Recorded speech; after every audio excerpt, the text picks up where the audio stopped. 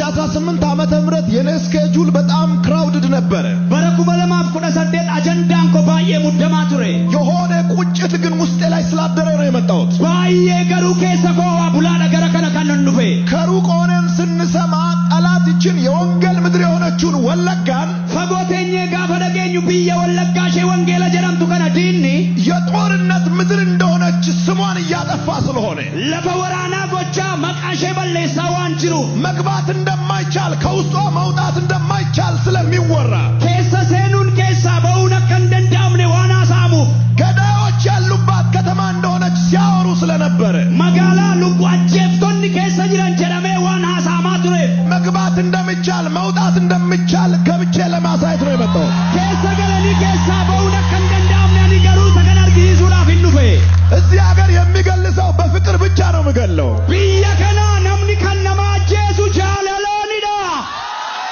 ወለጋ የመጣ ሰው በፍቅር ብቻ ነው የሚሞተው። ነምኒ ለፈ ወለጋ ዱፌ ከነኒዱ ጃለላን ዱዋዳ ትናንትና በእግሬ እየተመላለስኩ ነበር፣ በጣም ተመችቶኝ። ከሌሰ ሚለኮዳን ቢየነጋ ሰበበ ተየት ከሰ ደደቢያን ቱሬ ወለጋ አይነት ሰላም ያለበት ከተማ አላየሁም በአሁኑ ሰዓት። አከ ወለጋ ቢይነጋን ከሰ ጅሩ አቀመማት ይደርግነ ደግሞ ዛሬ ብቻ አይደለም፣ በዚህ ዓመት በድጋሚ ልንመጣ እንችላለን። አረዱዋ ሞሚቲ ደበለ ዱፉ ደንደኛ ሐሰተኛው ነብይ እዩ ጩፋ ምን ይለናል? በጣም የተጣበበ የዚህ ዓመት ስኬጁሌን አጥፌ እዚህ አገር የመጣሁበት ዋና ምክንያት ወለጋ ላይ የወንጌል አገር የሆነችው ምድር ላይ የተለጠፈ ስም አለ።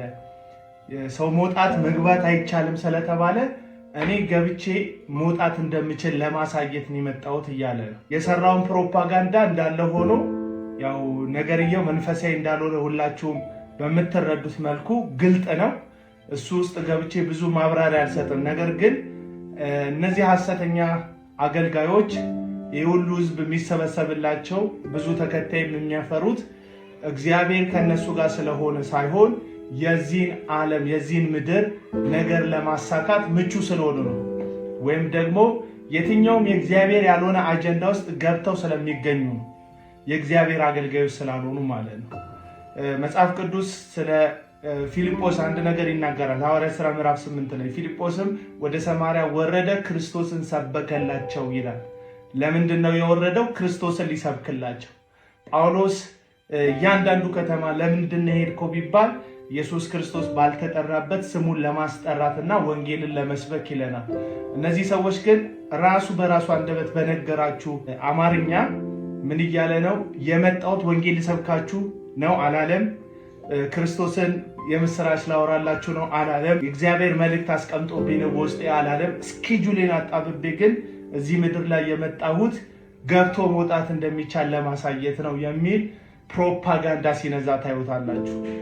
አሁንም የምትነቁበት ሰዓት ሩቅ አይደለም ወዳጆች። መንቃት ከፈለጋችሁ አሁን መንቃት ትችላላችሁ። እነዚህ ሰዎች ፍጹም የእግዚአብሔር አጀንዳ የሌለባቸው የክርስቶስን ኢየሱስን ወንጌልን አንግበው ያልተነሱ ዓላማቸው ሆድ ብቻ የሆነ መጽሐፍ እንደሚል ሆዳቸው አምላካቸው፣ ክብራቸው በነውራቸው፣ ሐሳባቸው ምድራዊ ነው እንደሚል ምድራዊ አጀንዳ ብቻ ይዘው በየቦታው የሚንቀሳቀሱ የእግዚአብሔር ያልሆኑ የሆዳቸው አገልጋዮች ናቸው ልላችሁ ነው። ሰላም። እኔ ምላችሁ ወለጋ ላይ ምን የሌለ ነገር አለ? አነጀተኒ ወለጋ ረማልት እንጅሩ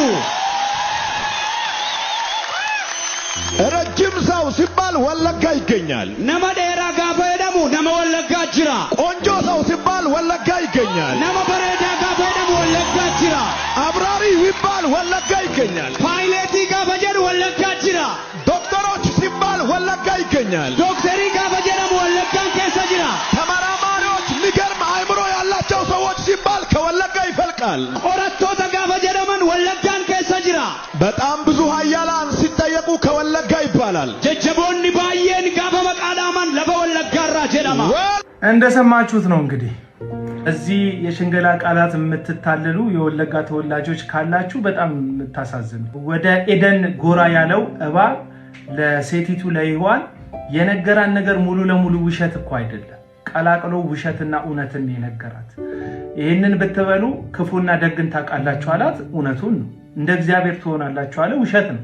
አፍተሮል ከበሉ በኋላ እግዚአብሔር ከኤደን ገነት አስወጣቸው እንጂ እንደ እግዚአብሔር መሆን አልቻሉም። ልክ ሐሰተኛ ነቢያት እኔ አይደለሁም። እዚህ ጋር ቃሉን ላስቀምጥላችሁ ሞክራለሁ። ሁለተኛ ጢሞቴዎስ ምዕራፍ 4 ቁጥር 3 ላይ እውነትን መስማት ወይም እውነተኛውን ትምህርት መስማት የማይታገሱበት ጊዜ ይመጣል ይላል መጽሐፍ ቅዱስ። ስለዚህ ምኞቶቻቸውን የሚነግሯቸውን ሐሰተኛ አስተማሪዎች፣ ጆሮዎቻቸውን የሚኮረኩሩ ሐሰተኛ አስተማሪዎችን ለራሳቸው ያከማቻሉ። አለቅ። መስማት የምትፈልገው ምንድነው? ወለጋ ቆንጆ ነው መባል አይደለም የምትፈልገው፣ ቆንጆ ነው ይልሃል። አፍተሮል ግን ቁንጅናህን ነግረው የሚፈልጉትን ነገር ይሰራሉ። ወንጌል ደግሞ እንደምታውቁት ሰው ሁሉ በኃጢአት ስለመውደቁ በኃጢአት ደግሞ ከእግዚአብሔር ጋር መጣላቱን ስለዚህም ደግሞ ኃጢአተኝነቱ ዋጋ ስለከፈለው ስለ ናዝሬቱ ስለ ክርስቶስ ኢየሱስ እሱን በማመን ስለሚገኝ ሕይወት እሱን ካላመነ ሰው እንደሚጠፋ ማሳያ ነው እንጂ ወንጌል የወለጋን ቁንጅና፣ የወለጋን ርዝምና፣ የወለጋ መማር፣ የወለጋ ጥሩ መሆን ምንም አይመለከተውም። ወንጌል ይሄ አይደለም ታርጌቱ። ወንጌል ታርጌቱ ምንድነው? ኃጢአተኛ የሆነው ሰው በክርስቶስ ኢየሱስ አምኖ ነፃ ስለሚወጣበት እውነት ነው። እነዚህ ሐሰተኛ ነቢያት የወንጌል ሸክምም የወንጌል እውነትም የለም የምንላችሁ በማስረጃ ነው። እንደ እዩ ጩፋ ሲዳማ ሲሄድ ስለ ሲዳማ ቁንጅና ይናገራል። ወላይታ ሲሄድ ስለ ወላይታ መማርና ድንቅ መሆን ይናገራል። የሚፈልገው ምንድነው ስትሉ ፍላጎቱን ማሟላት ነው። ስለዚህ እንደዚህ ጆሮአችሁን የሚኮረኩር ነገር ስትሰሙ ለማጨብጨብ የምትቸኩሉ ሰዎች እዩ ጩፋ ተናገረውም አልተናገረው ቆንጆ ቁንጅናውን አያጣም። የተማረ ያልተማረ አይሆንም። ምንም ይለወጥ ነገር የለም።